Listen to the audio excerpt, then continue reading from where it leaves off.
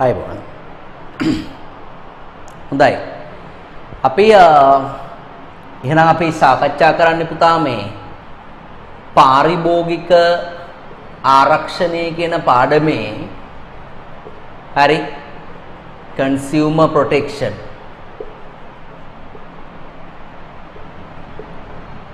පාරිභෝගික ආරක්ෂණය කියන පාඩමේ දරුවනේ අපි සාකච්ඡා කරන්නේ මෙන්න මේ කාරණාවල්. අපි සාකච්ඡා කරන්නේ දැන් ඔයාට මතක ඇති පාරිභෝගික ආරක්ෂණයේ පාඩමේදී මේ වෙනකන් අපි සාකච්ඡා කරලා තියෙන මූලික කරුණු කාරණා ටික අපි පළවෙනිම වීඩියෝ එකේදී සාකච්ඡා කළා පාරිභෝගික ආරක්ෂණයේ හැඳින්වීම පිළිබඳව. එතෙන්දී ඔයා දන්නවා පාරිභෝගිකයා කියලා කියන්නේ කවුද? ඊට පස්සේ යාගේ ලංකා කියන්නේ වැඩිපුර ලෝකෙට පාරිභෝගික ආරක්ෂණයක් අවශ්‍ය වෙන්නේ ඇයි කියන කාරණේ, භාණ්ඩයක් මිලදී ගැනීමේදී පාරිභෝගිකයෙක් සාමාන්‍ය සැලකිලිමත් වන කාරණා මොනවද කියන කාරණාවන් පිළිබඳව අපි සාකච්ඡා කළා.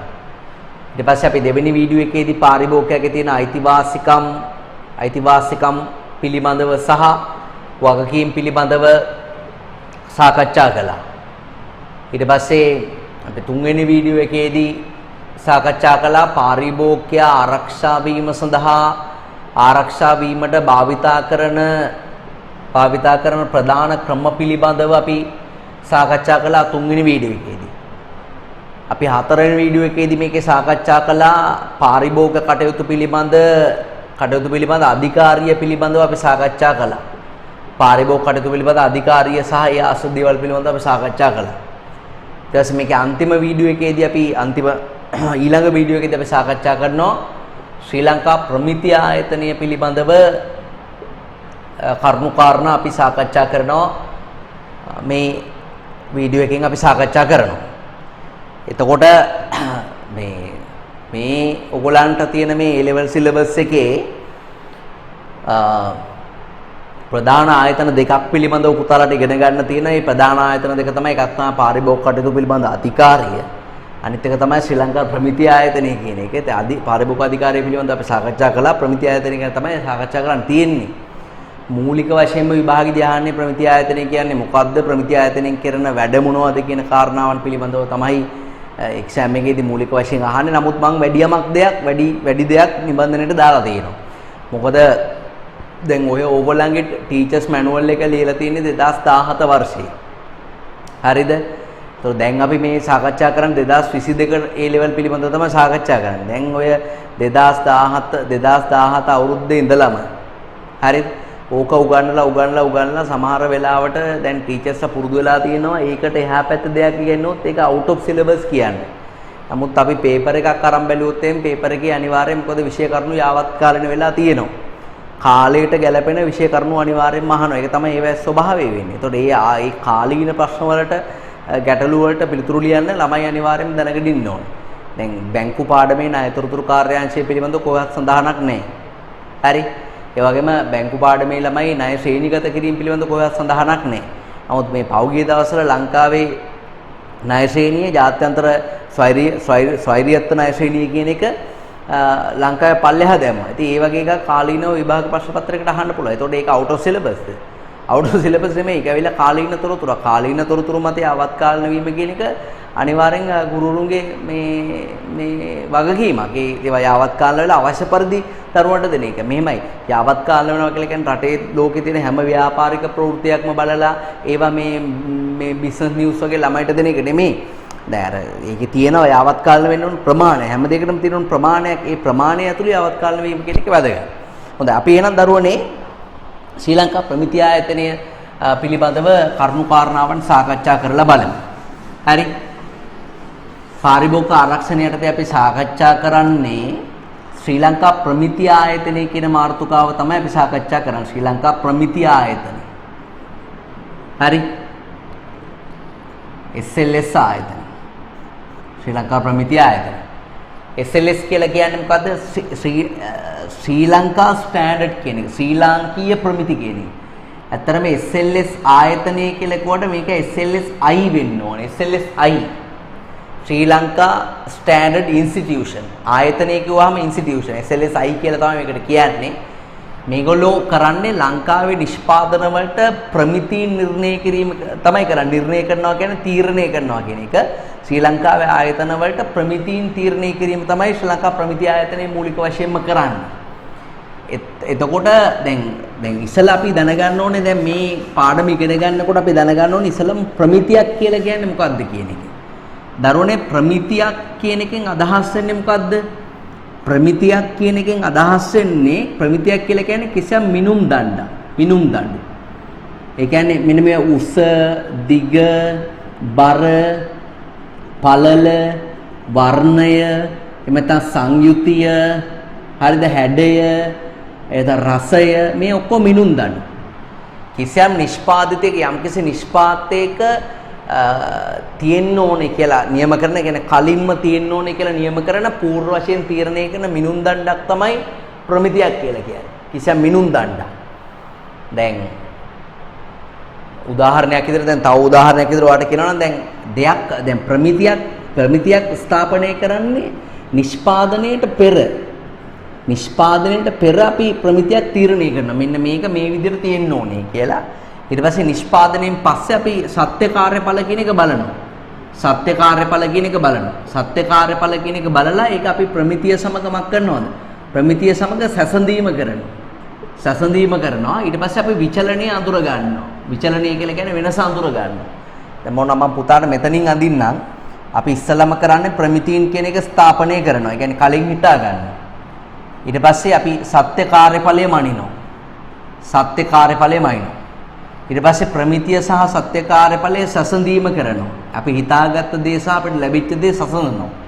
සැසඳීම කළා අපි විචලනය හොයා ගන්නවා. ඒ කියන්නේ වෙනස කියන එක හොයා ගන්නවා. විචලනය කියන්නේ වෙනස කියන එක. විචලනය හොයා ගන්නවා. ඊට පස්සේ මොකද කරන්නේ? අවශ්‍ය කරන නිවැරදි කිරීම කරනවා. හරි. ඒ නිවැරදි කිරීම කරනවා නම් ඒ නිවැරදි කිරීමට අපි කියනවා දරුණේ තත්ත්ව පාලනය කියලා කියනවා. තත්ත්ව පාලනය. සත්ත්ව පාලනය නෙමෙයි. තත්ත්ව පාලනය. හරි. ස්ටේජ් එක මේ කොටයි මෙතන ඉවරයි වැටෙන්න ගියා.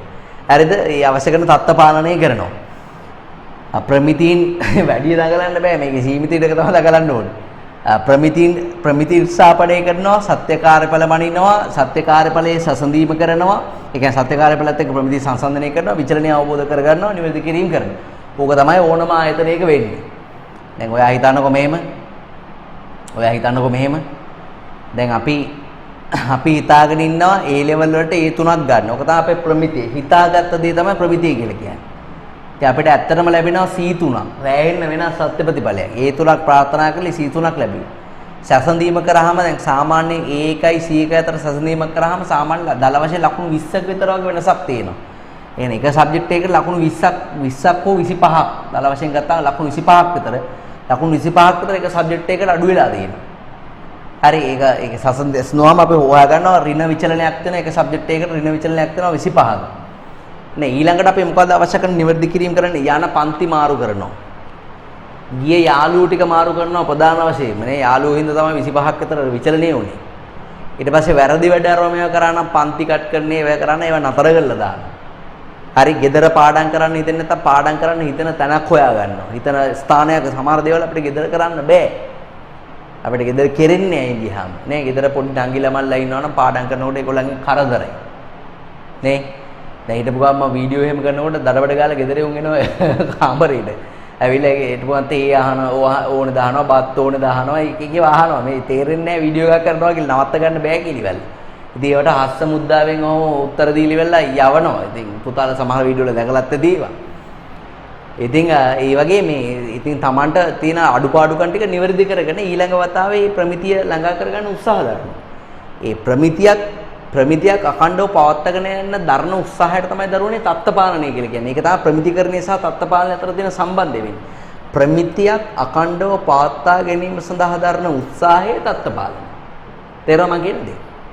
හරිද? දැන් ඔයාට ඕන නම් මේක තව අවදිමත් උදාහරණයකට මම උගන්වන්නම්. උන් අලුතෙන් බඳපු ජෝඩුවක් ප්ලෑන් කරනවා දරුවෙක් හදන්න. හරි? ඒගොල්ලෝ ප්‍රාර්ථනා කරනවා පිරිමි දරුවෙක්. ඒක තමයි ප්‍රමිතිය. ඒගොල්ලන්ට ලැබෙනවා ගෑනු දරුවෙක්. සත්‍ය කාර්යඵලය. සංසන්දනය කරනවා වෙනස බලනවා. වෙනස දන්නවනේ මොකද්ද කියලා වෙනස ඒ වෙනස අවබෝධ කරගන්නවා. අවබෝධ කරගෙන ඉතින් නිවැරදිව ක්‍රියාමාර්ග ගන්න. දැන් සමහරට පිරිමි දරුවෝ හම්බෙන මෙහෙමයි. ඉතින් අපිට ඒක හරියටම බලලා කරන්න බෑ මේ මාසේ පිරිමි දරුවෝ මේ මාසේ ගෑනු දරුවෝ කියලා. ඒ සමහර අවිධිමත් ක්‍රම තියෙනවා. දැන් ඔය එක නස්සත්ත්වය අනුව එක විද්‍යාවන් අනුව තියෙනවා. මෙන්න මේ මාසේ පිරිමි දරුවන්ට හොඳයි, මේ සතියේ පිරිමි දරුවන්ට හොඳයි, මෙන්න මේ නැකත හොඳයි යනාදී වශයෙන් විවිධ දේවල් තියෙනවා. ඉතින් ඒවත් එක්ක බලලා අපිට ඊළඟ වතාවේ සමහරවිට අපිට නිවැරදි කරගන්න පුළුවන්. සමහර දේවල් තියෙනවා නිවැරදි කරගන්න බැරි දේවල්.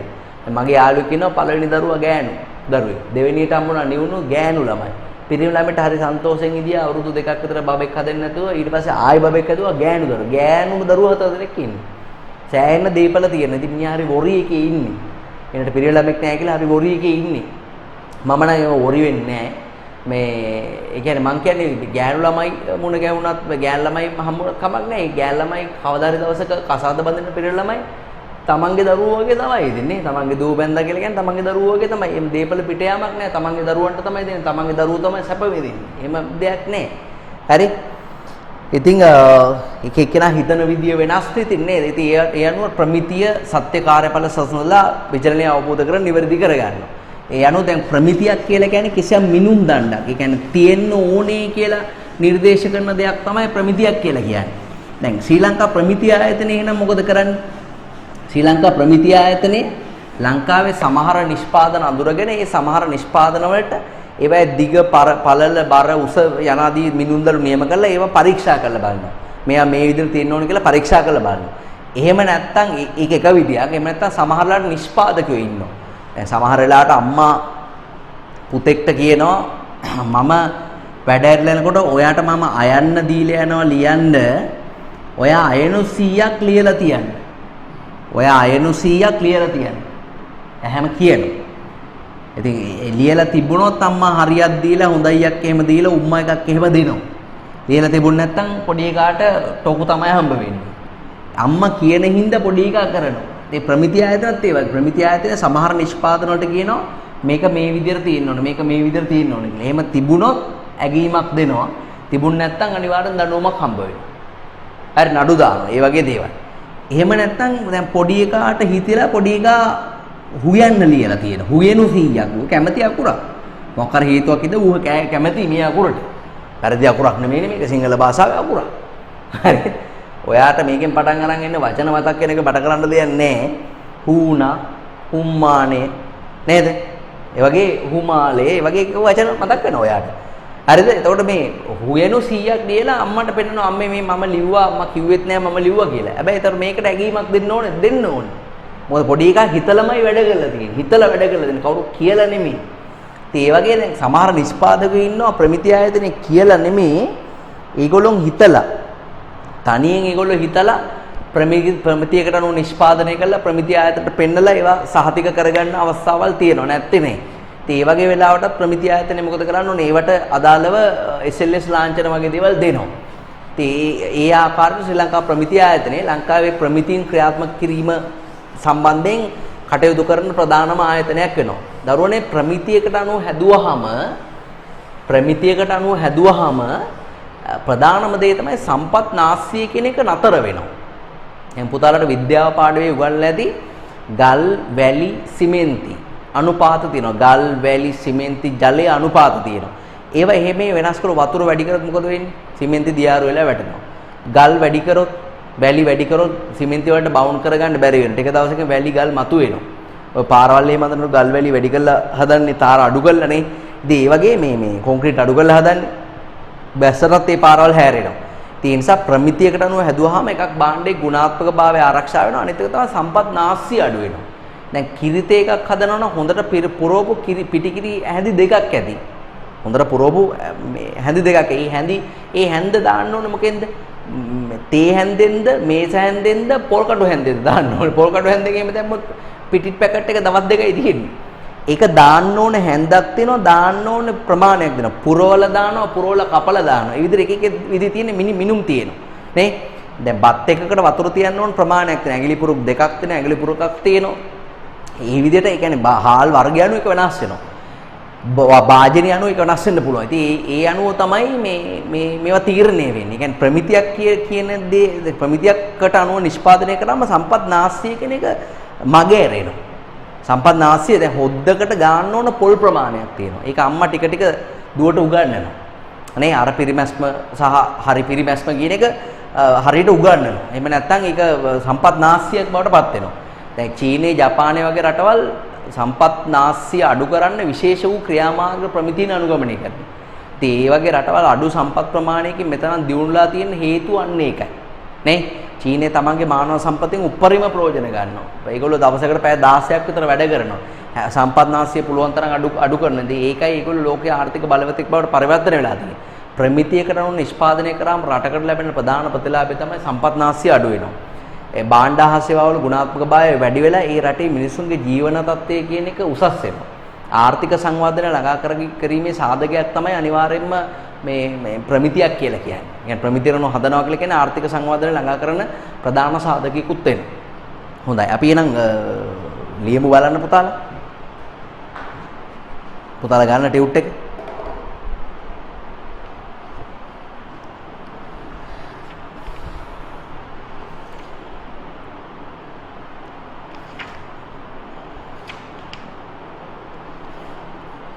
හරි 27 පිටුවට යන්න පිටුවක 27ට යන්න ශ්‍රී ලංකා ප්‍රමිති ආයතනය කියන එක නෝට් එක බලන්න.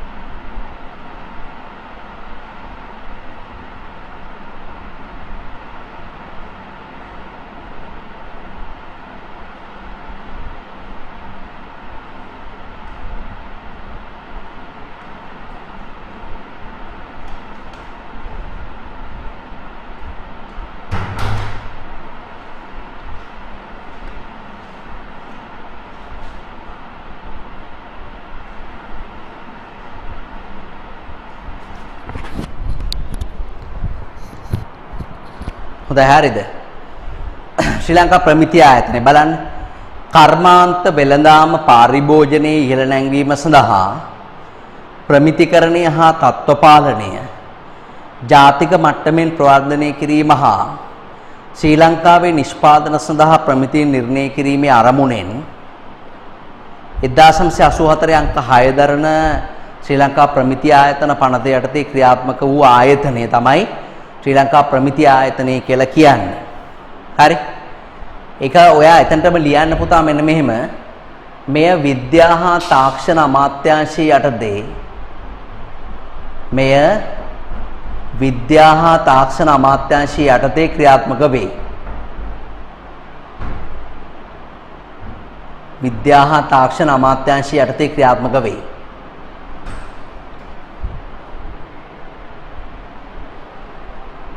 විද්‍යා හා තාක්ෂණ අමාත්‍යාංශය යටතේ ක්‍රියාත්මක වේ.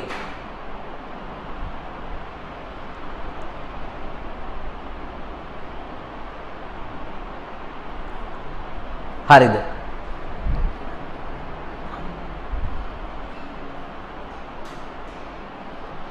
right ඊට පස්සේ ඒකේ පරමාර්ථය නම් බලන එක එච්චර වැදගත් වෙන්නේ නැහැ.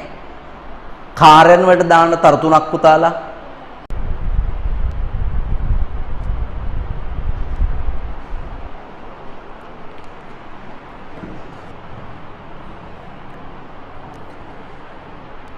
හරි. අපි එනම් දැන් මේ ඊළඟ කොටසෙන් අපි සාකච්ඡා කරන්නේ ප්‍රමිති ආයතනය කියන ආයතනයේ කාර්යයන් පිළිබඳව තමයි අපි සාකච්ඡා කරන්නේ. දැන් අපි කතා කළා ප්‍රමිතියක් කියලා කියන්නේ මොකක්ද, තත්ත්ව පාලනයක් කියන්නේ මොකක්ද කියන කාරණේ. ඔයාලට විභාගෙදී අනිවාර්යෙන් මතක තියාගන්න විභාගෙදී අහනවා පුතා ප්‍රමිතිකරණය සහ තත්ත්ව පාලනය අතර තියෙන සම්බන්ධය මොකක්ද කියලා අහනවා. හරි? ප්‍රමිතිකරණය සහ තත්ත්ව පාලනය කියන්නේ නියුන් සහෝදරයෝ වගේ. ප්‍රමිතිකරණය කොතනද එතන අනිවාර්යයෙන්ම තත්ත්ව පාලනය තිබිය යුතුයි. තිබිය යුතුම. තිබි තියෙන්න ඕන. තත්ත්ව පාලනයෙන් තොරව කරන ප්‍රමිතිකරණයෙන් ඇති වැඩක් නැහැ. ප්‍රමිතිකරණය කියන්නේ හිතා ගන්නවා කියන එක. තත්ත්ව පාලනය කියන්නේ ක්‍රියාත්මක කරනවා වැරදි අඩුපාඩු හොයනවා කියන එක. දැන් උදාහරණයක් විදිහට අපි හිතා ගන්නවා හෙට නම් පාන්දර 3ට නැගිටලා පාඩම් කරන්න ඕනේ. හෙට නම් 5ට නැගිටලා ජිම් එකට යන්න ඕනේ. අද හොඳටම කෑව වැඩි ජිම් එකට යන්නෙත් නැහැ දැන් මහත් වෙනවා. එහෙම කියලා එහෙම හිතා ගන්නවා. හිතාගත්තට ක්‍රියාත්මක වෙන්නේ නැහැ. ඔය නිදා ගන්නවා. අද නෙමෙයි හෙට කියලා තමයි කමන්නේ හෙට පාඩම් කරනවා කියලා එලාම් එක ඕෆ් කරලා නිදා ගන්නවා. ඉතින් එතකොට මේ ප්‍රමිතිකරණය තමයි අපි හිතාගන්නේ. ඒ දත්තපාලනය තමයි ක්‍රියාත්මක වෙන්නේ. ඒ නිසා ප්‍රමිතිකරණය ආරක්ෂා කිරීම තමයි දත්තපාලනයෙන් සිද්ධ වෙන්නේ. එකට බැඳිච්ච සංකල්ප දෙකක් ඒක. හරි. ශ්‍රී ලංකා ප්‍රමිති ආයතනය සහ ප්‍රමිති ආයතනයේ කාර්යයන් පිළිබඳව තමයි දරුවනේ අපි සාකච්ඡා කරන්නේ. දැන් ප්‍රමිති ආයතනය පිළිබඳව අපිට තියෙනවා පිටුවංක 27 ශ්‍රී ලංකා ප්‍රමිති ආයතනය කියන්නේ මොකක්ද? ඒ වගේම ශ්‍රී ලංකා ප්‍රමිති ආයතනයේ පරමාර්ථය මොකක්ද කියන කාරණේ. ඒතර පුතාලා highlight කරගන්න ඕන ප්‍රමිති ආයතනයේ කර්මා ඒකේ තියෙනවා ප්‍රමිති ආයතනයේ පීඨ පනත 1984 අංක 6 දරන ශ්‍රී ලංකා ප්‍රමිති ආයතන පනත ක්‍රියාත්මක කරන ආයතනය කියන ඒ කොටස තියෙනවා. හරි ඒක highlight කරගන්න ඕන.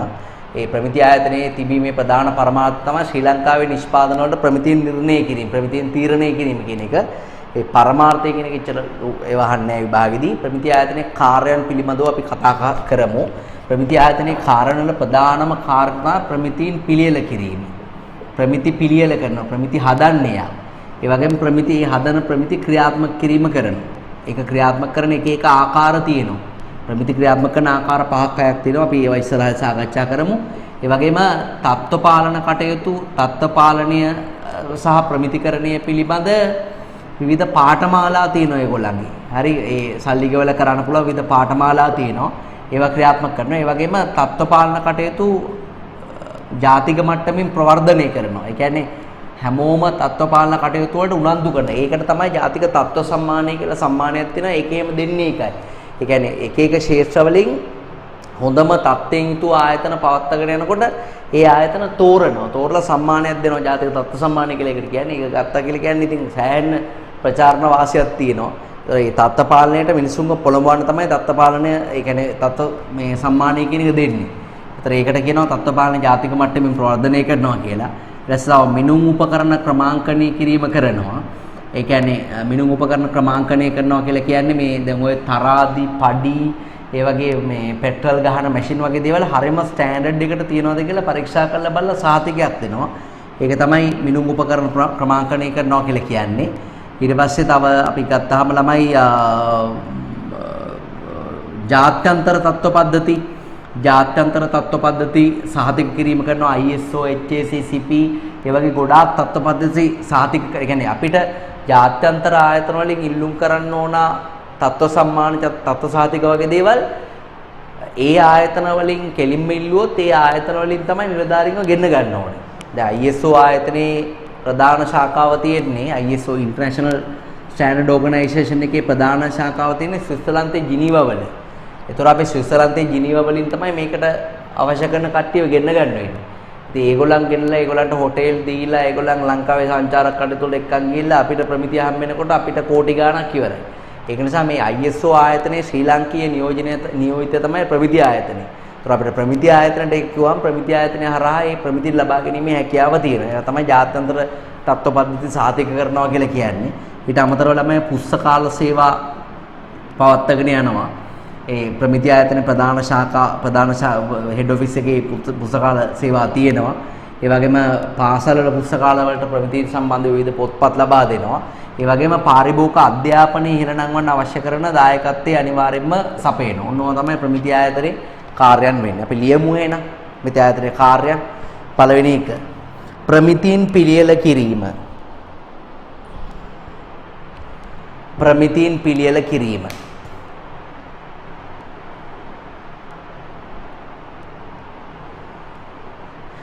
ඒ වගේම ප්‍රමිතීන් ක්‍රියාත්මක කිරීම. ප්‍රමිතීන් පිළියෙල කිරීම, ප්‍රමිතීන් ක්‍රියාත්මක කිරීම.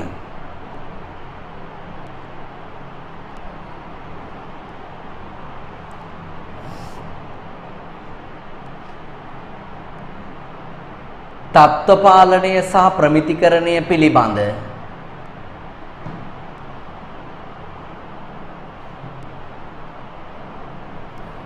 පුහුණු පාඨමාලා පැවැත්වීම. තත්ත්ව පාලනය සහ ප්‍රමිතිකරණය පිළිබඳ පුහුණු පාඨමාලා පැවැත්වීම.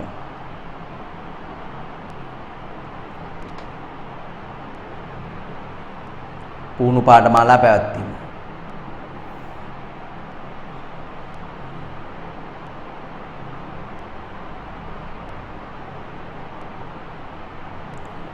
ඊට පස්සේ ප්‍රමිතිකරණය සහ තත්ත්ව පාලනය ජාතික මට්ටමින් ප්‍රවර්ධනය කිරීම. ප්‍රමිතිකරණය හා තත්ත්ව පාලනය ජාතික මට්ටමින් ප්‍රවර්ධනය කිරීම.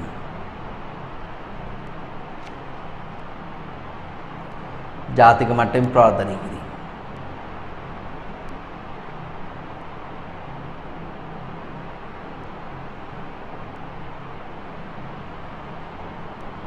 ඒ වගේම ජාත්‍යන්තර තත්ත්ව පද්ධති සහතිකකරණයට දායක වීම. ජාත්‍යන්තර තත්ත්ව පද්ධති සහතිකකරණයට දායක වීම.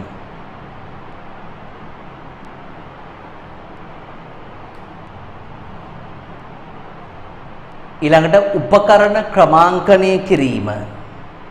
උපකරණ ක්‍රමාංකනය කිරීම.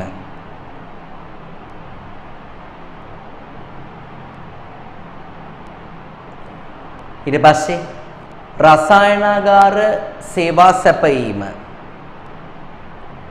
රසායනාගාර සේවා සැපයීම.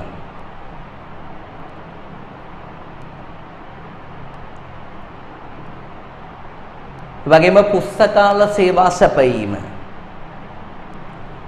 පුස්තකාල සේවා සැපයීම.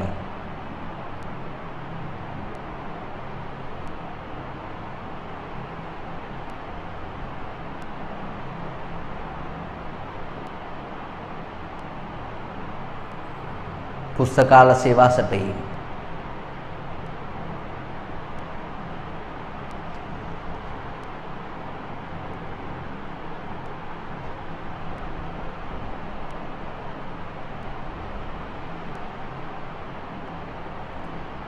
ඊළඟ පාරිභෝගික අධ්‍යාපනයට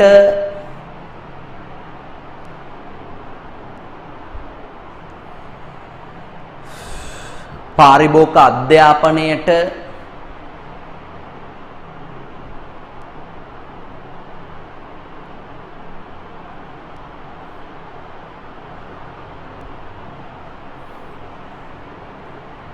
පාරිභෝගික අධ්‍යාපනයට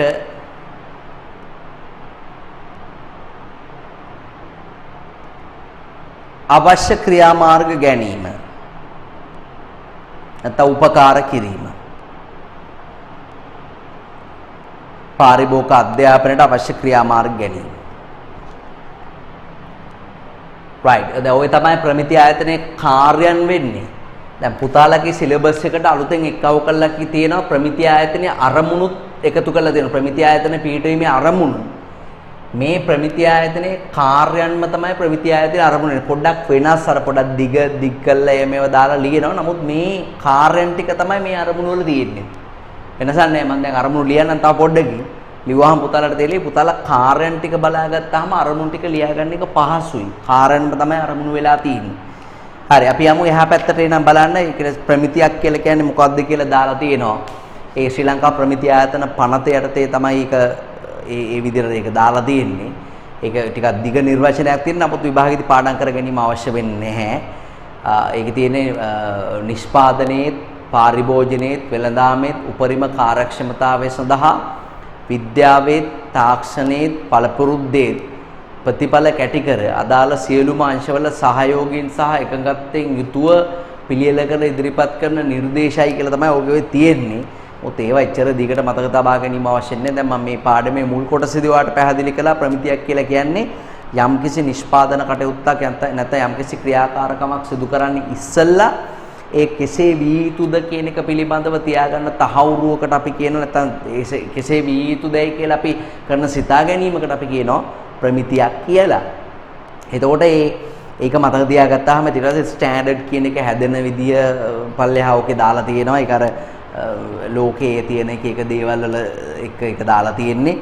ස්ටෑන්ඩඩ් කියන වචනේ ලෝක සම්මත තේරුමක් තමයි ඔකේ දාලා තියෙන්නේ. නමුත් ඒක මතක තබා ගැනීම අවශ්‍ය වෙන්නේ නැහැ. පුතාලට ඕන නම් එතන චූටි කතර දෙකක් දාන්න ඒවා පාඩම් කිරීම අවශ්‍ය වෙන්නේ නැහැ.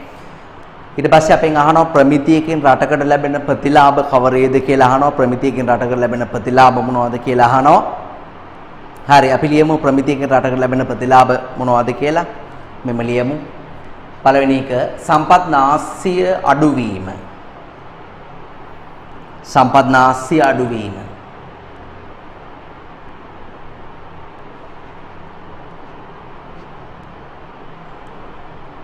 සම්පත් නාස්‍ය අඩුවීම.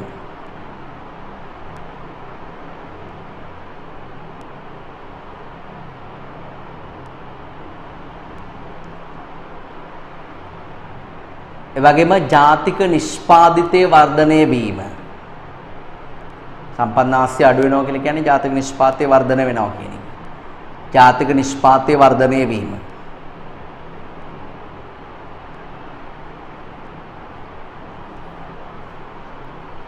සම්පන්නාස්‍ය අඩු වීම, ජාතික නිෂ්පාදනයේ වර්ධනය වීම.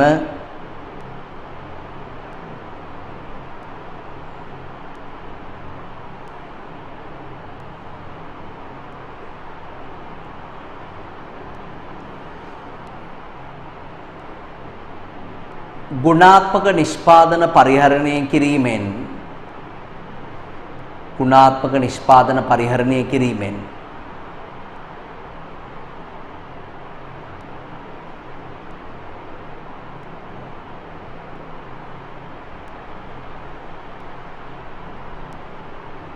ගුණාත්මක නිෂ්පාදන පරිහරණය කිරීමෙන්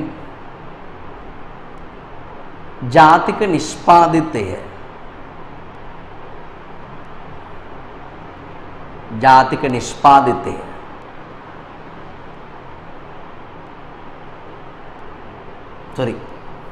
ගුණාත්මක නිෂ්පාදන පරිහරණය කිරීමෙන් ජනතාවගේ ජීවන තත්ත්වය උසස් වීම. ජනතාවගේ ජීවන තත්ත්වය උසස් වීම.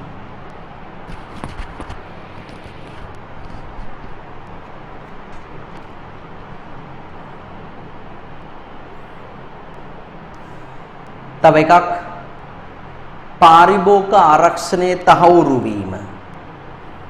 රටේ ජනතාව ආරක්ෂා වීම සිද්ධ වෙනවා පාරිභෝගිකයෝ විදියට. පාරිභෝගික ආරක්ෂණයේ තහවුරු වීම.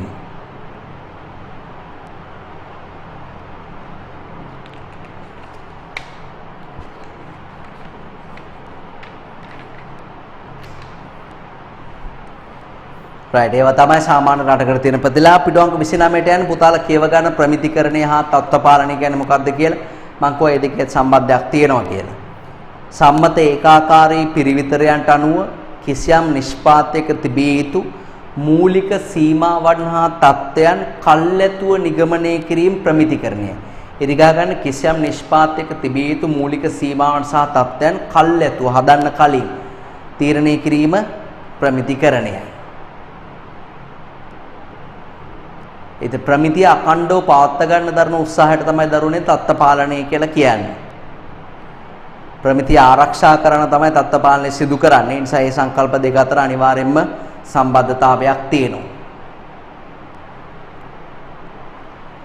right ඊට පස්සේ අපි යමු ප්‍රමිතිකරණයේ අරමුණු කියන එකට. ඒක මාතෘකාව චුට්ටක් වෙනස් වෙන්න ඕන. මාතෘකාව පොඩ්ඩක් වැරදිලා තියෙන්නේ.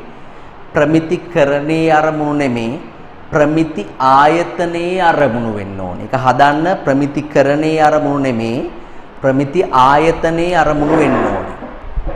ප්‍රමිති ආයතනයේ අරමුණු.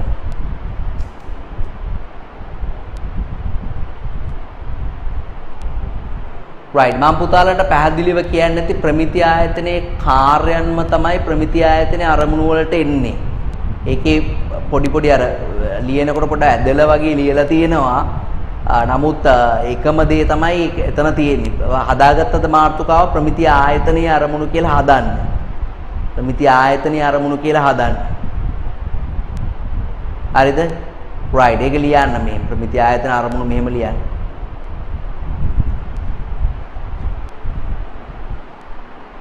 ජාතික සහ අන්තර්ජාතික පදනම් මත ජාතික සහ අන්තර්ජාතික පදනම් මත ප්‍රමිතීන් සැකසීම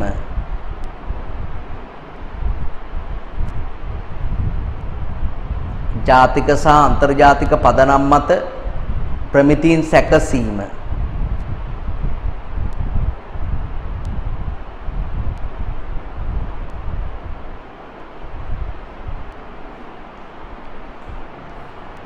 ජාතික සහ අන්තර්ජාතික පදනම් මත ප්‍රමිතීන් සැකසීම ඒ කාරණ වල ප්‍රමිති පිළියෙල කිරීම තමයි. ඊට පස්සේ දේශීය සහ ආනයනික භාණ්ඩවල ප්‍රමිතීන් පරීක්ෂා කිරීම. දේශීය සහ ආනයනික භාණ්ඩවල ප්‍රමිතීන් පරීක්ෂා කිරීම. මේ ප්‍රමිති ක්‍රියාත්මක කරනවා කියන්නේ ඒක තමයි. දේශීය සහ ආනයනික භාණ්ඩවල ප්‍රමිතීන් පරීක්ෂා කිරීම.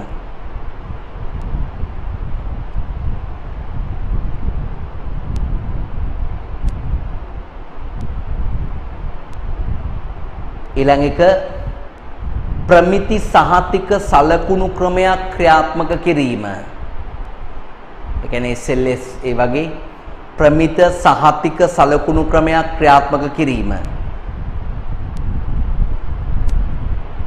ප්‍රමිත සහතික සලකුණු ක්‍රමයක් ක්‍රියාත්මක කිරීම.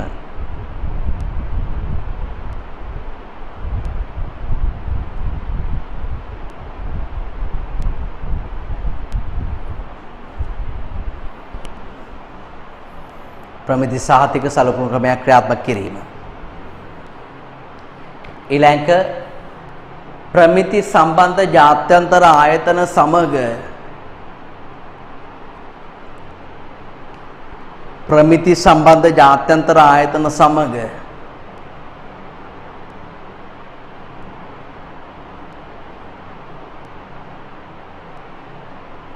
ප්‍රමිති සම්බන්ධ ජාත්‍යන්තර ආයතන සමග සහයෝගයෙන් කටයුතු කිරීම.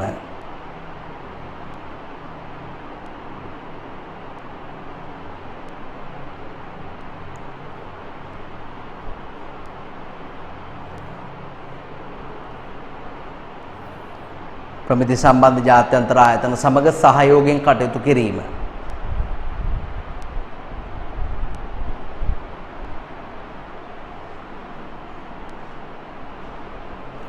ඊට පස්සේ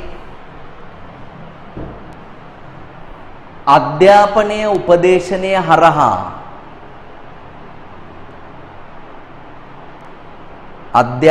උපදේශනය හරහා ඉඩ පොඩ්ඩක් මදි වෙයි බැලන්ස් කරලා ලියන්න. අධ්‍යාපනය උපදේශනය හරහා ප්‍රමිති හා තත්ත්ව පාලනය ප්‍රවර්ධනය කිරීම. මේවම තමයි. අධ්‍යාපනය උපදේශනය හරහා ප්‍රමිති හා තත්ත්ව පාලනය ප්‍රවර්ධනය කිරීම.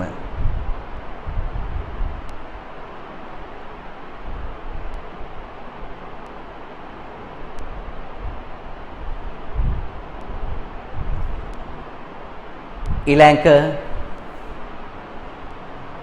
ප්‍රමිති හා තත්ත්ව පාලනය සඳහා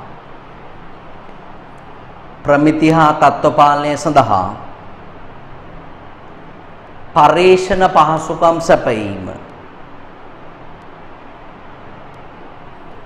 පර්යේෂණ පහසුකම් සැපයීම.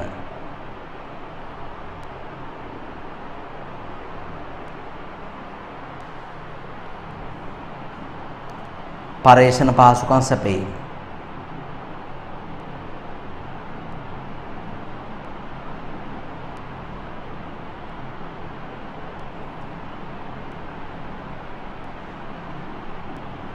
ඊට පස්සේ ඊළඟ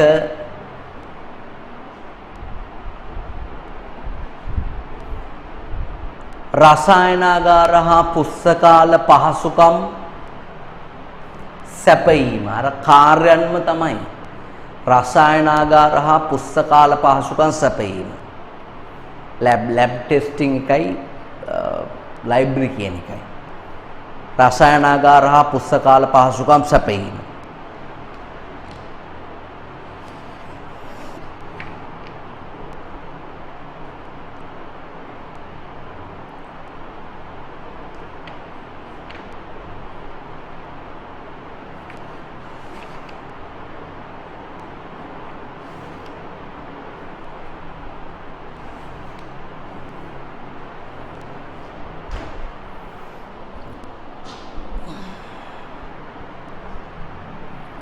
හරි. පුතා ප්‍රමිතිය ආයතනයේ අරමුණු වෙන්නේ ඕවා. ඊට පස්සේ අපි සාකච්ඡා කරමු පුතා අපි ඊළඟ මාතෘකාව පිළිබඳව. අපි කතා කරමු SLS සහතික ලාංඡන සහ අනිකුත් ප්‍රමිත ලාංඡන කීපයක් පිළිබඳව අපි සාකච්ඡා කරමු. මොකද විභාගෙදී ප්‍රමිත ලාංඡන පිළිබඳව නිතරම ඔයාලගෙන් අහන්න පුළුවන්. හරිද? කෙටි ප්‍රශ්න ඇතුලේ තමයි වැඩිපුරම අහන්නේ. හරි. අපි කතා කරමු SLS සහතික ලාංඡන පිළිබඳව සාකච්ඡා කරමු. SLS සහතික ලාංඡන පිළිබඳව. දරුවනේ SLS සහතික ලාංඡනයක් ගන්න නිෂ්පාදකයා මොකද කරන්න ඕනේ? නිෂ්පාදකයා ඉස්සලම් ප්‍රමිති ආයතනයෙන් ඇප්ලිකේෂන් එකක් අරගෙන ඇප්ලිකේෂන් එක ෆිල් කරලා ඒගොල්ලන්ට දෙන්න ඕනේ. ඊට පස්සේ ඒගොල්ලෝ අපේ ෆැක්ටරියට එනවා. කර්මාන්ත ශාලාවට අවිල්ලා පරීක්ෂා කරලා බලනවා. පරීක්ෂණ වලට ඒගොල්ලෝ නියදි අරගෙන යනවා. පළතුරු බීම නම් පළතුරු බීම 10ක් 15ක් අරගෙන යනවා. අරන් ගිහලා ටෙස්ට් කරලා බලලා નિયમિત ප්‍රමිතියට අනුකූල නම් ඊට පස්සේ ඒගොල්ලෝ අපිට එන්න කියලා ඒගොල්ලන්ගේ ඇග්‍රීමන්ට් එක දෙනවා. මොකද ප්‍රමිතියක් නිකන් ගන්න බෑ. ප්‍රමිති ලාංඡනය දෙනකොට ශ්‍රී ලංකා ප්‍රමිති ආයතනයේ වාර්ෂිකව ගාස්තුවක් අය කරනවා. වර්ෂයකට වතාවක් ඒ ගාස්තුව ගෙවලා ඒක අලුත් කරගන්න ඕනේ. ඒ වගේම ප්‍රමිති ආයතනයේ යම් යම් කොන්දේසි තියෙනවා. ඒ කොන්දේසි වලට අපි යටත් වෙන්න ඕනේ. දැන් ප්‍රමිතියක් ගන්න අවශ්‍යතා 12ක් තියෙනවා. අවශ්‍යතා 12ම සම්පූර්ණ කරන්න ඕනේ SLS ප්‍රමිතියක් ගන්න. භාණ්ඩේ හොඳ වුණාට බෑ. නේ? දැන් ඔයා මේ හොඳ ගෑල්ලමෙක් එක්ක හොඳ ලස්සන කෙල්ලෙක් එක්ක යාළුවා ගෙදරට ගිහිල්ලා පෙන්නනවා ඕගොල්ලන්ගේ. මේ අම්මේ මං යාළුවා ඉන්නේ එක්කෙනා කියලා. නමුත් ඒ කෙල්ල හොඳ වුණා කියලා ඕගොල්ලන්ට ගෙදරින් බඳින්න දෙන්නේ නැහැ නේ. ඒ කෙල්ලගේ ෆැමිලි බෑග්ග්‍රවුන්ඩ් එක, ඒ කෙල්ලගේ හැසිරීම, අයියලා අක්කලාගේ තත්ත්වය, හරි අතීතයේ හැමදේම හරවුසලා හොඳයි නම් තමයි කසාද බඳින්න දෙන්නේ. මොකද ඔය හොඳයි කියන භාණ්ඩ ඔක්කොම කාලයක් යනකොට හොඳ නැති වෙනවා. රූපමය වශයෙන් පිරිහෙනවා. නමුත් ඒ රූපමය වශයෙන් පිරිහුණාට අනිත් දේවල් හොඳයි නම් ගැටලුවක් නැහැ. නේ? යාමාරයි ඉන්න රූපමය වශයෙන් එච්චරම ක්වොලිටි නෑ. නමුත් අනිත් දේවල් අතින් ගත්තාම ගොඩක් ක්වොලිටි. ෆැමිලි බෑග්ග්‍රවුන්ඩ්, අධ්‍යාපනයේ හැසිරීම, විනය, අවංකභාවය අතින් ගොඩක් ඉහළයි. ඒ නිසා භාණ්ඩයේ හොඳ වුණ ඵලයට SLS සාන්තිකයක් ගන්න බෑ. අපේ ඇසුරුම් කරන ක්‍රම, අපේ ගබඩා ක්‍රම, අපේ මේ දැන් පළතුරු බීම වල නම් අපි හදන්නේ අපි දොඩම්, දිවුල්, තිගනල්ල හැම තැනම ඔය දාලා තියෙනවා. මිනිස්සු දොඩම් පාග යනවා වැඩ කරන සේවක. ඒවම තමයි මිරිකලා ගන්නේ. පළතුරු කුණු පළතුරු තියෙන ඒවත් තමයි මේ මිරිකලා ගන්න. එහෙම ඒවට දෙන්නේ SLS ලාංඡන. සැපයුම්කාරෝ ලියාපදිංචි කළා ඒගොල්ලන්ගේ නියමිත මිලදී ගැනීමේ ක්‍රමයක් එහෙම තියෙන්න ඕන. යන ගමන් සේවකයන්ට කියාගෙන යන්න බෑ ගස් වලට පොළු ගහගෙන අබ කඩාගෙන ආයි ඉන්න දවසේ අරන් එනවා කියලා. එහෙම කරන්න බෑ. එතකොට ඒවට මේ මිලදී ගැනීමේ ක්‍රම, ගබඩා කරන ක්‍රම, ඒ තත්ත්ව පාලන ක්‍රම, සේවකව පුහුණු කිරීම, අවදානම කළමනාකරණය, හොඳ කළමනාකරණ ක්‍රමවේදයක් තිබීම, මේ වගේ රිපෝට්ස් පවත්වා ගැනීම ඒ අවශ්‍යතා 12න් බලලා තමයි SLS සහතික ලාංඡනයක් අනිවාර්යයෙන්ම දෙන්නේ. SLS ලාංඡනයේ දීමෙන් බලාපොරොත්තු වෙන්නේ දේශීය නිෂ්පාදකයන්ගේ උනන්දුව කියන එක වැඩි කරන්න. කියන්නේ හොඳට හදන අයව අගයන්නත් ඒව බලාගෙන අනිත් අයට හදන්න ආදර්ශයක් දෙන්නත් තමයි SLS සහතික ලාංඡන කියන ඒවා මූලික වශයෙන්ම දෙන්නේ. හරි එහෙනම් අපි නිබන්ධනයේ බලමු පිටු අංක 29 තියෙනවා SLS සහතික ලාංඡන පිළිබඳව තියෙනවා. බලන්න નિયમિત ප්‍රමිතියකට අනුව නිපදවා ඇති බවට ශ්‍රී ලංකා ප්‍රමිති ආයතනය විසින් ලබා දෙන සහතිකයයි. ඉරි ගහ ගන්න එක highlight කරගන්න. මෙහෙමයි ප්‍රමිතියකට අනුව හැදුවා කියන එකේ තේරුම ඒක අපේ අවශ්‍යතා ඉටු කරනවා කියන එකම නෙමෙයි. හරි ප්‍රමිති ආයතනයේ කියලා තියෙන විදියට හැදුවා කියන එක තමයි එකෙන් අදහස් වෙන්නේ. හරි ප්‍රමිතිය තිබ්බා කියලා ගුණාත්මකයි කියලා කියන්න බෑ. ඒ નિયમિત ක්‍රමවේදයක් අනුගමනය කළා කියන එක තමයි එකෙන් අදහස් වෙන්නේ. ඒකෙම තියෙන SLS සහතිකයක් පිරිනැමීමේ පරමාර්ථ තියෙනවා ප්‍රධාන වශයෙන්ම කීපයක්. එකක් දේශීය නිෂ්පාදනවල ගුණත්වය වර්ධනය කිරීම. ඒ වගේම ගුණාත්මක භාණ්ඩ හඳුනා ගන්න පාරිභෝගිකයට උපකාර වීම. දැන් අපි දන්නවා ප්‍රමිති ලාංඡනයක් තියෙනවා කියන එකේ තේරුම ඒක හොඳයි කියන එක යන්තාක් දුරකට හරි. ඒතර ගුණාත්මක භාණ්ඩයක් හඳුනා ගන්න පාරිභෝගිකයට ඒක උපකාරයක් වෙනවා. ඒ වගේම ගුණත්වයෙන් ඉහළ භාණ්ඩ නිෂ්පාදනයටත් එම තත්ත්වය රැක ගැනීමටත් නිෂ්පාදක උනන්දු කරන. දැන් SLS එක්කෙනෙක් ගත්තාම අනිත් අයත් එක්ක ගන්න. නේ? ඒතර ගුණත්වය වැඩි කරන නිෂ්පාදකයව උනන්දු කරන එක, ඒ වගේම දේශීය නිෂ්පාදන වල ගුණත්වය වර්ධනය කරන එක සහ ගුණාත්මක භාණ්ඩ හඳුනා ගන්න පාරිභෝගිකයට උපකාර වෙන එක තමයි SLS ලාංඡනයේ මූලික වශයෙන්ම කරන්නේ. ඒකේ බලන්න පළවෙනි ප්‍රශ්න තියෙනවා භාණ්ඩයක තත්ත්වයේ උසස්යයි තීරණය කළ හැක්කේ. ඒ ප්‍රශ්න දෙක කරන්න. මේවා කරන විදිය මම පුතාලාට කිව්වා. වීඩියෝ එක පෝස්ට් කළා අපව බැලුවා. right භාණ්ඩයක තත්ත්වය උසස්යයි තීරණය කළ හැක්කේ ඌමනා නිසි පරිදි තුනනම් තමයි තත්ත්වය උසස්යයි තීරණය කරන්න පුළුවන්. ප්‍රමිති ලාංඡනේ තිබ්බ කියලා තත්ත්වය උසස් කියලා තීරණය කරන්න බෑ. SLS ලාංඡනයෙන් අදහස් වන්නේ මොකද්ද? ප්‍රමිතියකට අනුව නිපදවලා තියෙනවා කියන එක. right. අපි SLS ප්‍රමිතිය පිරිනැමීමේ පියවර ලියමු. මෙහෙම අපි ලියමු ප්‍රමිති ආයතනයේ දෘෂ්ටි කෝණයෙන් ලියමු. ඒගොල්ලෝ කොහොමද පිරිනමන්නේ කියලා. මෙහෙම ලියන්න. නිෂ්පාදකයාගෙන් අයදුම් පත්‍රය ලබා ගැනීම.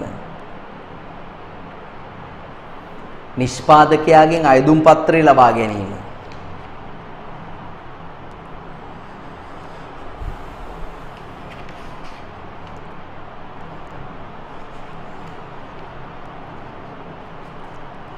ඒ වගේම ප්‍රාථමික කම්මල් පරීක්ෂණය සිදු කිරීම.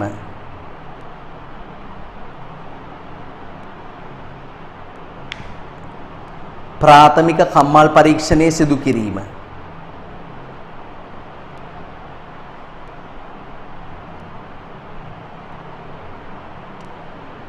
ඒ කියන්නේ ඇවිල්ලා උඩින් පල්ලෙන් බලනවා කියන එක. ප්‍රාථමික කම්මල් පරීක්ෂණය කියලා කියන්නේ ඒකයි. දැන් කෙල්ලෙක් යාළු වුණාම ඒ කෙල්ලගේ ගෙවල් පැත්තට පොඩ්ඩක් මාමා කෙනෙක් ගිහලා පොඩ්ඩක් උඩින් පල්ලෙන් බලලා එනවා. ඒක තමයි ප්‍රාථමික පරීක්ෂණය කියලා කියන්නේ. ඊට පස්සේ ද්විතීක කම්මල් පරීක්ෂණය සිදු කිරීම. එතෙන්දී හොඳට බලනවා. කට්ටියත් එක්ක ගෙදර ගිහිල්ලා වත්තේ පිටි ඇවිදලා ජනෙල් උරුවව අතපත ගාලා අහලපාල මිනිස්සුන්ගෙන් අහලා හොඳට බලා ගන්නවා. ඒ වගේ ද්විතීක කම්මල් පරීක්ෂණය සිදු කිරීම. කර්මාන්ත ශාලාවේ හැම අස්සක් මුල්ලක් නෑරම් පරීක්ෂා කරනවා. ද්විතීක කම්මල් පරීක්ෂණය සිදු කිරීම. ඊට පස්සේ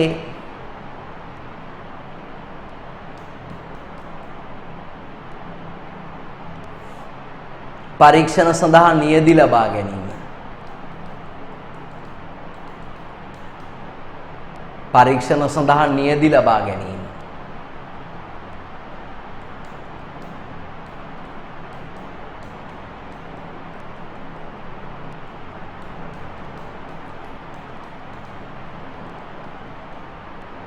පරීක්ෂණ සඳහා නියැදි ලබා ගැනීම.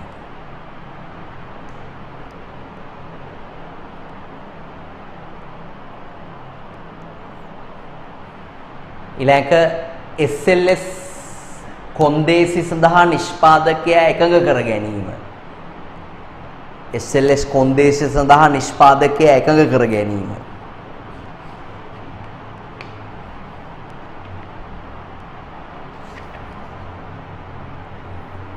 ඊට පස්සේ SLS ලාංඡනයේ පිරිනැමීම. SLS ලාංඡනයේ පිරිනැමීම.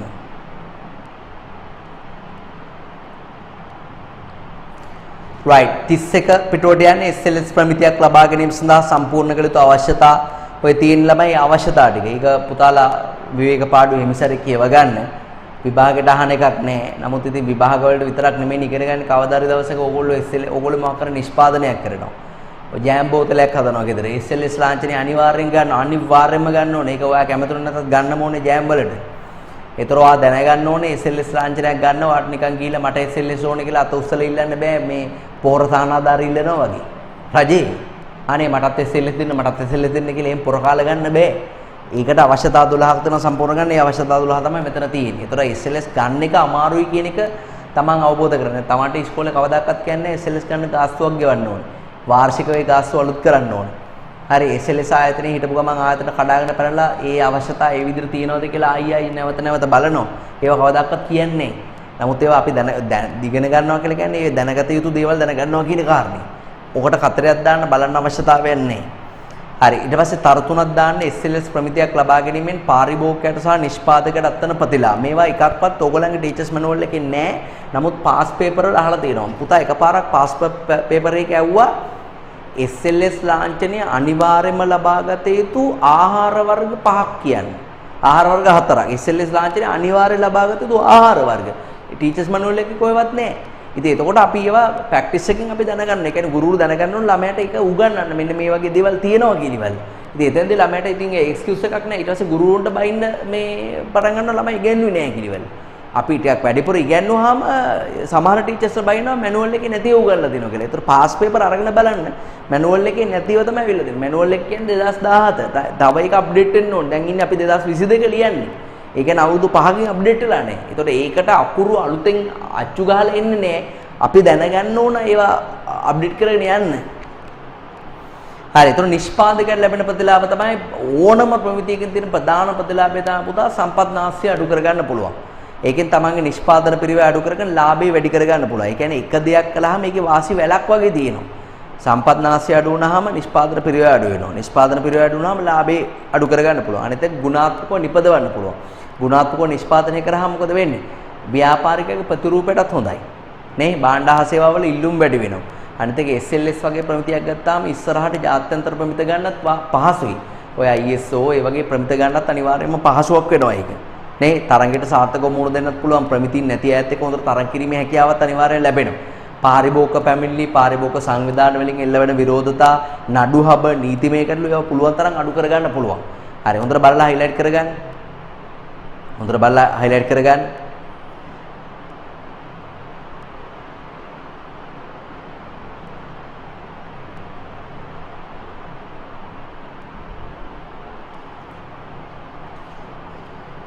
නමුත් ඕකේ 6 වෙනි උත්තරේ නම් වැරදි. නිෂ්පාදකයට තියෙන වාසියක් තමයි විදේශ වෙළඳපළට පිවිසීම පහසුවක් නෙමෙයි. දේශීය ප්‍රමිතියකින් SLS කියලා කියන්නේ ඉන්ටර්නැෂනල් මාකට් එකට යනකොට එච්චර පිළිගන්නේ නැහැ. ඒක 6 වෙනි කපලා මෙහෙම ලියන්න. 6 වෙනි කපලා මෙහෙම ලියන්න.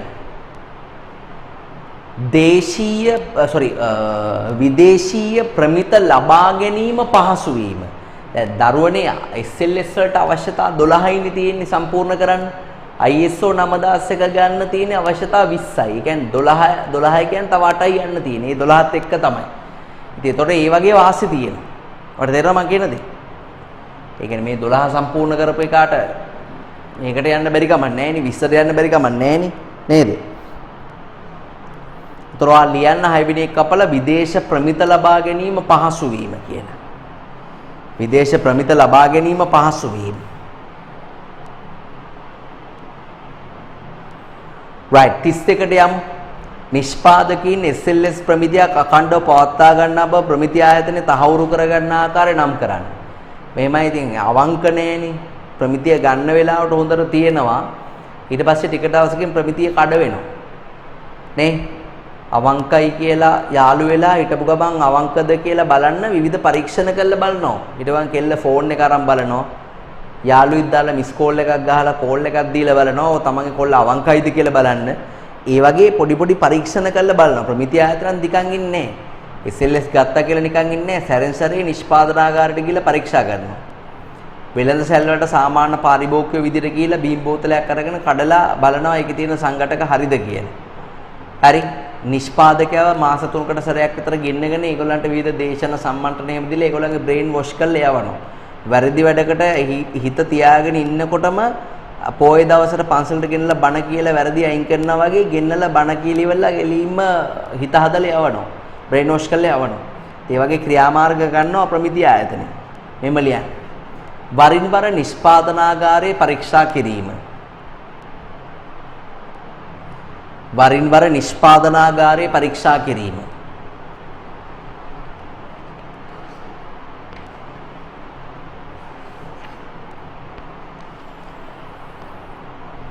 නිෂ්පාදනාගාරයේ පරීක්ෂා කිරීම.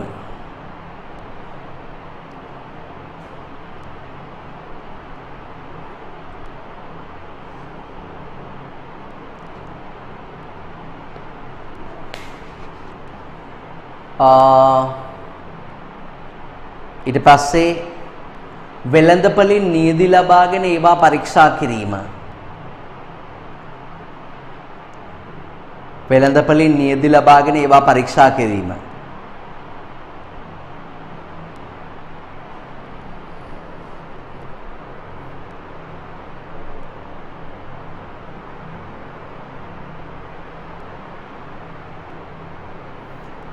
ඊට පස්සේ තත්ත්ව වාර්තා අඛණ්ඩව පරීක්ෂා කිරීම. ආයතනයේ විසින් තියාගෙන යන තත්ත්ව වාර්තා අඛණ්ඩව පරීක්ෂා කරන. තත්ත්ව වාර්තා අඛණ්ඩව පරීක්ෂා කිරීම.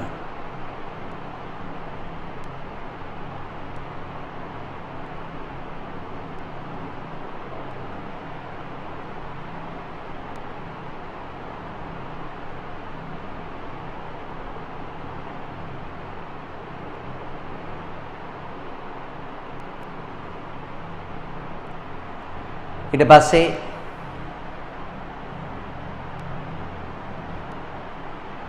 ව්‍යාපාර ආචාර ධර්ම පිළිබඳව නිෂ්පාදකයන් දැනුවත් කිරීම.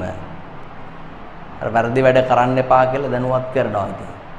ව්‍යාපාර ආචාර ධර්ම පිළිබඳව නිෂ්පාදකයන් දැනුවත් කිරීම.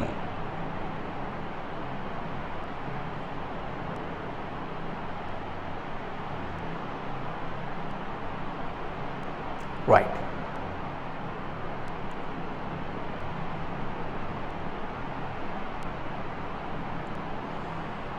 හරි. ඊට පස්සේ ඔය SLS ලාංඡනයක් ගත්තාම පාරිභෝගිකයට තියෙන දැන් නිෂ්පාදකයට තියෙන ප්‍රතිලාභ 31 පිටුවේ තියෙනවානේ. SLS ලාංඡනයක් ගත්තාම පාරිභෝගිකයට තියෙන ප්‍රතිලාභ තමයි ඊළඟට අහන්නේ පුතේ. පාරිභෝගික දැන් SLS ලාංඡනයක් තියෙන භාණ්ඩයක් මිලදී ගැනීමෙන් අපිට තියෙන ප්‍රතිලාභ මොකද්ද? ඒක තමයි අපි ගෙවන මුදලට සරල තෘප්තියක් ලැබෙන බවට සහතිකයක්. ගුණාත්මක භාණ්ඩ හඳුනා ගැනීමට උපකාරයකුත් වෙනවා. මොනවා හරි අක්‍රමිකතාවයක් සිද්ධ වුණොත් අපිට වහාම පැමිණිලි කළා වැඩිපුර නීතිමය වශයෙන් ආරක්ෂාවක් ලබා ගන්නත් හැකියාව තියෙනවා. ඒ වගේ වාසි තියෙනවා නැත්තේ නේ. සමහර නිෂ්පාදකයාගේ පිරිවැය අඩුයි. ඒ නිසා අඩු පිරිවැයකට වැඩි ගුණාත්මක භාවයෙන් යුක්ත භාණ්ඩයක් පරිහරණය කරන්නත් අපිට අවස්ථාව තියෙනවා. මෙහෙම ලියන්න. වැඩි විශ්වාසයකින් යුතුව මිලදී ගත හැකි වීම. වැඩි විශ්වාසයකින් යුතුව මිලදී ගත හැකි වීම.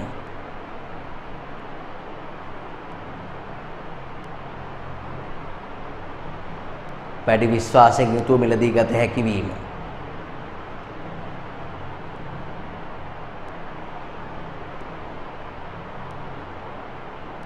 ඊට පස්සේ ගෙවන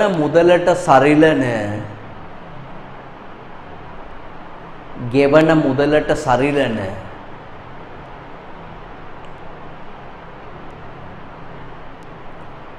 තෘප්තියක් ලැබීම සහතික වීම.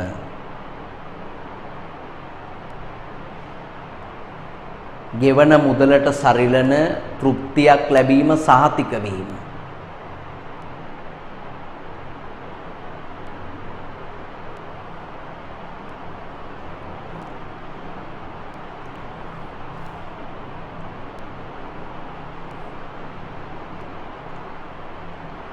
right ඊට පස්සේ ඊළඟ එක අපි දැන් කිව්වේ වැඩි විශ්වාසයකින් මිලදී ගන්න පුළුවන්. ගෙවන මිලට සරලන තෘප්තියක් ලැබීම සහතික වෙනවා. ඒ වගේම ගුණාත්මක භාණ්ඩ පහසුවෙන් හඳුනාගත හැකි වීම. ගුණාත්මක භාණ්ඩ පහසුවෙන් හඳුනාගත හැකි වීම.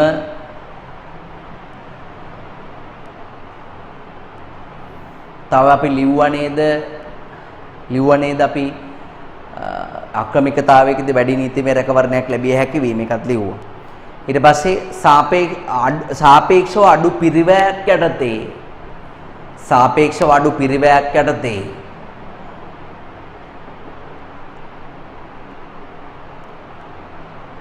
ගුණාත්මක නිෂ්පාදන පරිහරණය කළ හැකි වීම.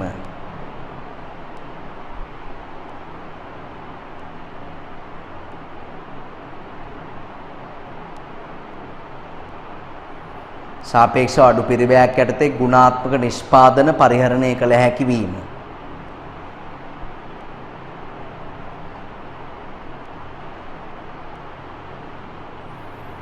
right ඊට පස්සේ අපි ඊළඟ එකට යමු. ඊළඟ ප්‍රශ්නට යමු.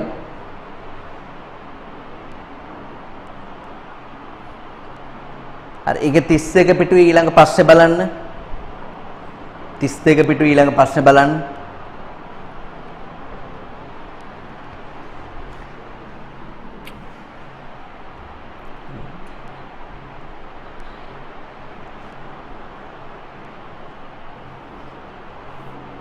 තිස්සක පිටුවේ ඊළඟ ප්‍රශ්නේ බලන්න. ඒකේ පළවෙනි ප්‍රශ්නේ අහන්නේ නිෂ්පාදකීන් SLS ප්‍රමිතියක් කඩ කළ විට ඊට එරෙහිව ප්‍රමිතිය ආයතනය විසින් ගන්න ක්‍රියාමාර්ග මොනවද කියලා අහන්නේ. ඒ කියන්නේ SLS ප්‍රමිතියක් අරගෙන දැන් අපි දැන් කාලීනව පරීක්ෂා කරලා බලනවනේ මේ ප්‍රමිතිය හරියට තියෙනවද කියලා පරීක්ෂා කරලා බලනවනේ. එතකොට මොනවා හරි වැරද්දක් වුණොත් එහෙම ගන්න ක්‍රියාමාර්ග මොනවද කියලා අහන්නේ.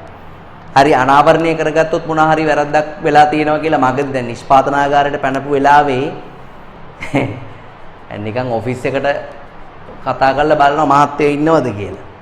මහත්තයා මැසේජ් එකක් කලින් දාලා තිනවා ඔෆිස් එකේ වැඩ කියලා. කතා කළාට පස්සේ කියනවා මහත්තයා අද ඔෆිස් ආවේ නැහැ කියලා. ඒතර වැරද්දක් නේ. නේ? ඒක වැරද්දක්. ඒ වගේ වෙලාවට නෝනා මොකද්ද කරන්නේ? වැරද්දක් අහුණා. පොඩි වැරද්දක් නම් අවවාද කරලා නිකන් ඉන්නවා. ටිකක් ලොකු වැරද්දක් නම් සම්බන්ධය එතනින් නතර වෙනවා. ඊවොස් වෙන්නත් ඉඩකඩ තියෙන ලොකු දෙයක් නෑ. ඉතින් ඒ වගේ තමයි පොඩි වැරද්දක් නම් අවවාද කරනවා, දඩ ගහනවා, ලොකු වැරද්දක් නම් ප්‍රමිති ලාංඡනය කැන්සල් කරනවා.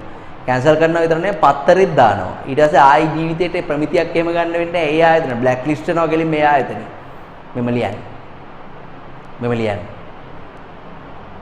නිෂ්පාදකයාට අවවාද කිරීම. නිෂ්පාදකයාට අවවාද කිරීම. අවවාද කිරීම.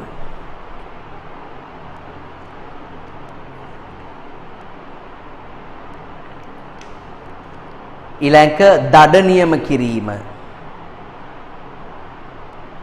දඩ නියම කිරීම.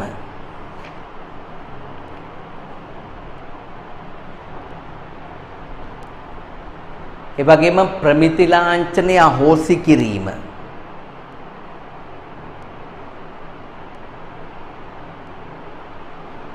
ප්‍රමිති ලාංඡනය අහෝසි කිරීම.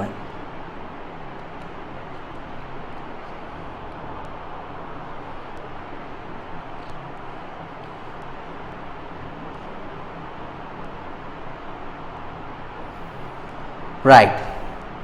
ඊට පස්සේ ඒකෙම දෙවෙනි ප්‍රශ්නය අහනවා ඇසුරුම් කරපු භාණ්ඩයක් වෙළඳපොලේ මිලදී ගැනීමේදී ඔබ විසින් සැලකිලිමත් යුතු කරුණු මොනවද කියලා අහනවා ඇසුරුම් කරපු භාණ්ඩයක් වෙළඳපොලේ මිලදී ගැනීමේදී.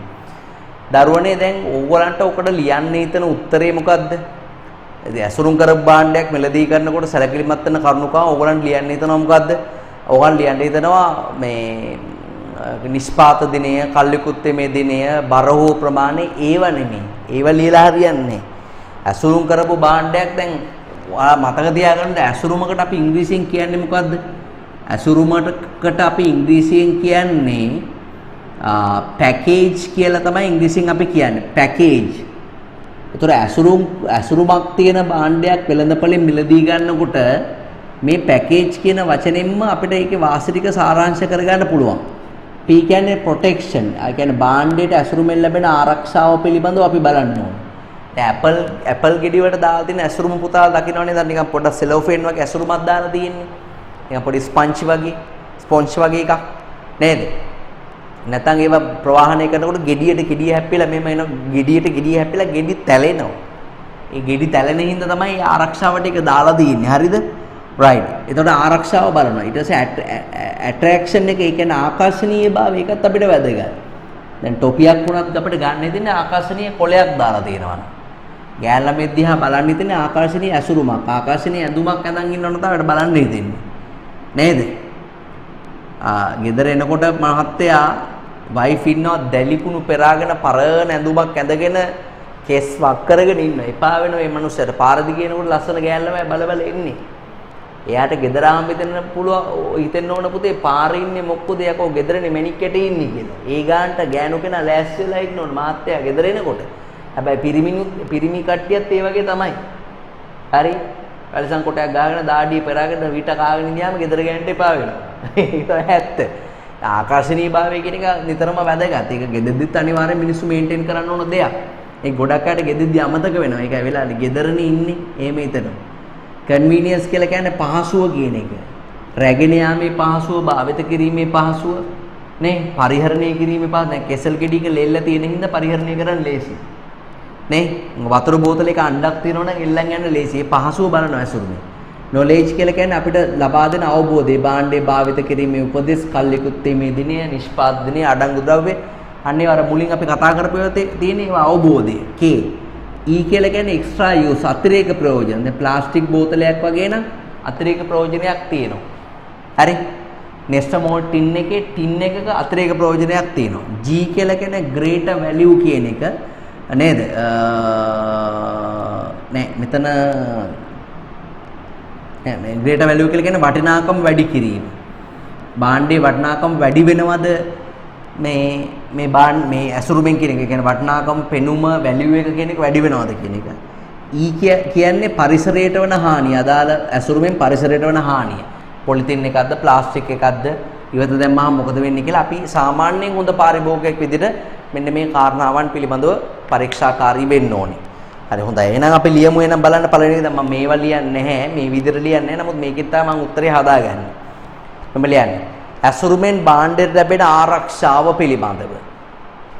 ඇසුරුමෙන් භාණ්ඩයට ලැබෙන ආරක්ෂාව පිළිබඳව.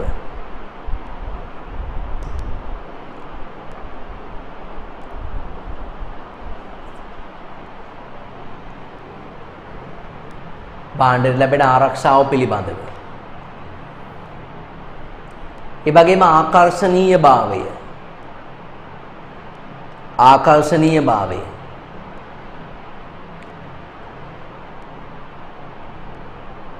ඇසුරුම මගින් ලබා දෙන පහසුව. ඇසුරුම මගින් ලබා දෙන පහසුව.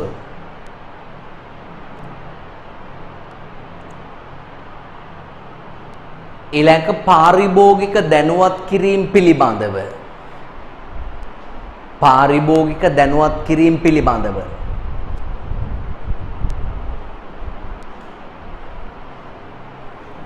පාරිභෝගික දැනුවත් කිරීම පිළිබඳව.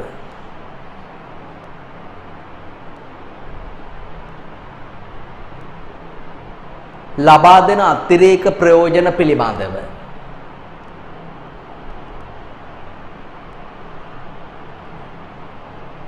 ලබා දෙන අතිරේක ප්‍රයෝජන පිළිබඳව. ඊට පස්සේ භාණ්ඩයට එකතු කරන වටිනාකම පිළිබඳව සැලකිලිමත් වෙන්න ඕන. භාණ්ඩයට එකතු කරන වටිනාකම පිළිබඳව.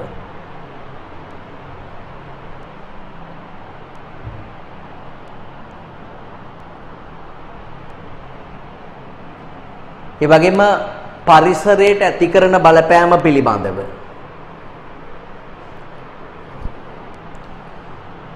පරිසරයට ඇති කරන බලපෑම පිළිබඳව.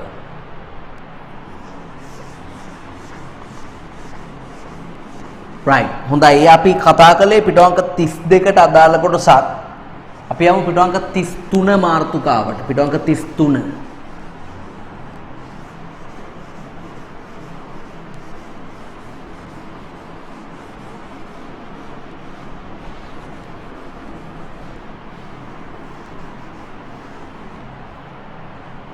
පිටුවංක 33 අහනවා පුතා. මේ ප්‍රශ්නට දාන්න තරු තුනක්.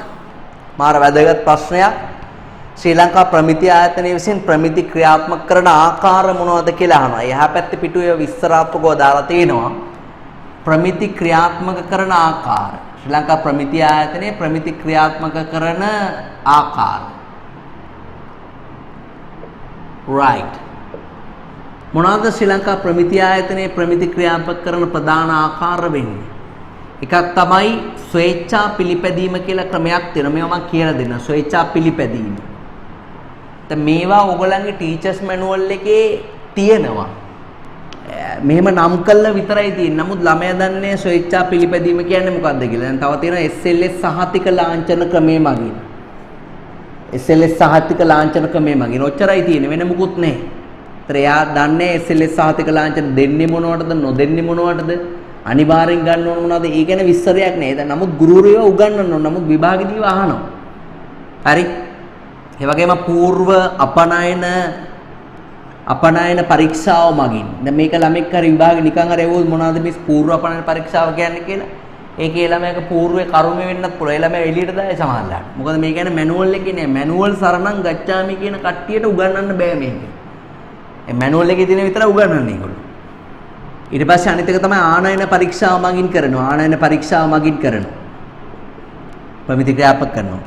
ඒ වගේම ජාත්‍යන්තර තත්ත්ව පද්ධති සහතිකකරණය කරනවා ශ්‍රී ලංකා ප්‍රමිති ආයතනය. විශේෂයෙන්ම ISO වගේ ඒවා, ඒ වගේම HACCP වගේ ප්‍රමිත වගේ දේවල්, ඒ වගේ ජාත්‍යන්තර තත්ත්ව පද්ධති සහතික කිරීම කරනවා. හරි. එhmenan පුතාලා ලියන්නේ ඒක. ප්‍රමිති ක්‍රියාත්මක කරන ආකාර මොනවද? පළවෙනි එක ස්වේච්ඡා පිළිපැදීම. ස්වේච්ඡා පිළිපැදීම.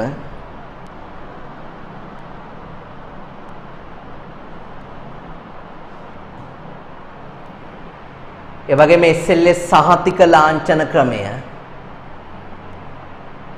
SLS සහතික ලාංඡන ක්‍රමය. පූර්ව අපනයන පරීක්ෂාව.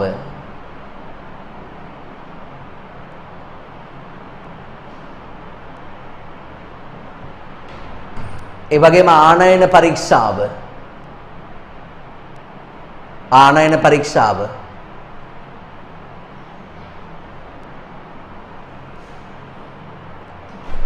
ඒ වගේම ජාත්‍යන්තර තත්ත්ව පද්ධති සහතිකකරණය.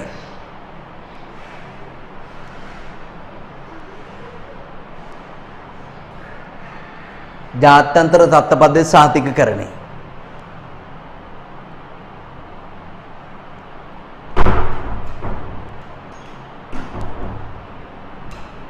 right. හරි ඔන්න වගේ ක්‍රම තමයි තියෙන්නේ. දැන් ඔයාලට ඕනනම් තව ක්‍රම තියෙනවා. නමුත් ඕගලගේ සිලබස් එකේ මෙච්චරයි තියෙන්නේ. තවත් තියෙනවා ක්‍රම ඈත.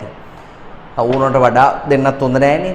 හරි ඊට පස්සේ ඔයා කෙටි ප්‍රශ්න තියෙනවා 1 2 3 4ක් තියෙනවා පුතේ. විනාඩි 5ක් අරගෙන කෙටි ප්‍රශ්න 4 කරන්න.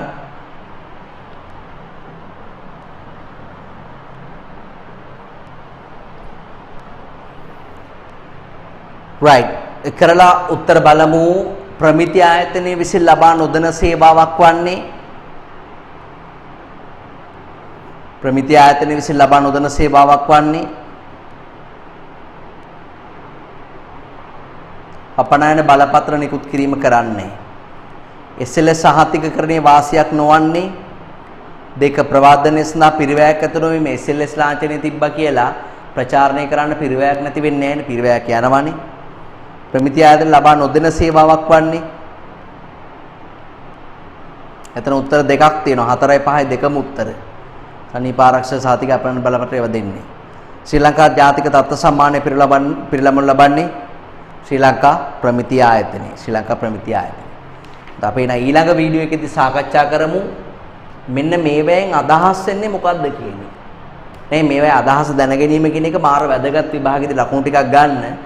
මේවෙන් අදහස් වෙන්නේ මොකක්ද කියන එක පිළිබඳව අපි ඊළඟ වීඩියෝ එකේදී සාකච්ඡා කරමු.